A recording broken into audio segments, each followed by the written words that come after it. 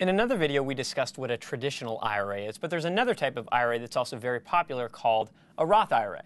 But what exactly is a Roth IRA, and how does it work? How's it similar to a traditional, and how's it different?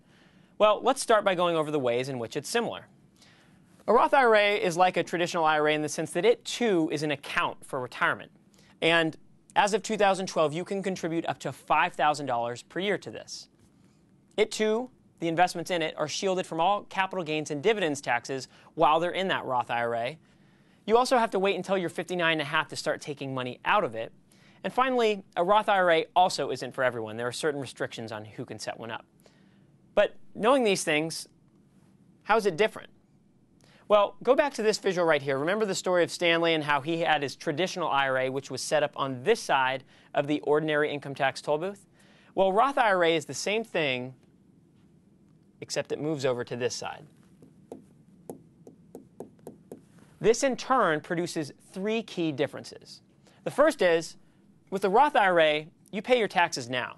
So Stanley takes his salary and pays his ordinary income tax at the toll booth, and then he invests in the Roth IRA. Now, this might not sound like a very good deal for Stanley, but remember, when he goes to take that money out when he's 59 and a half, that money's all his. He's already paid his tax. He's paid his due on it. And so that, in turn, leads to the second key difference between a Roth and a traditional IRA, and that is, with a Roth, you end up saving if your tax rate goes up over time instead of going down, as was the case with the traditional IRA. So here's how that works. Let's say Stanley's tax rate right now is 25%, but he worries that when he retires, maybe he's going to be making a whole lot more money, and so he'll be in a higher tax bracket. Or maybe taxes themselves will go up to 35% across the board.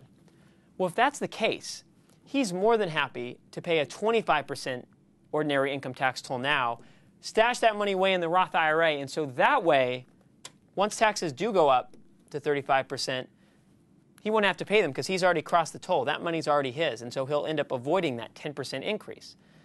The third difference is that there's no 70 and a half rule with the Roth IRA. Now remember, with the traditional IRA, once you turn 70 and a half, the government requires you to start taking money out of it because they want their toll. Well, with the Roth IRA, you can let the investments in there continue to grow free of dividends and capital gains taxes into your 70s, 80s, 90s, and beyond. And so for that reason, a Roth IRA is a particularly effective tool for those who are looking to pass on wealth to the next generation. So these are the big differences between a traditional IRA and a Roth IRA, but if there's one key takeaway, if there's one thing to remember, it's this visual right here. A traditional IRA is an account set up on this side of the ordinary income tax toll booth, whereas a Roth IRA is set up on this side.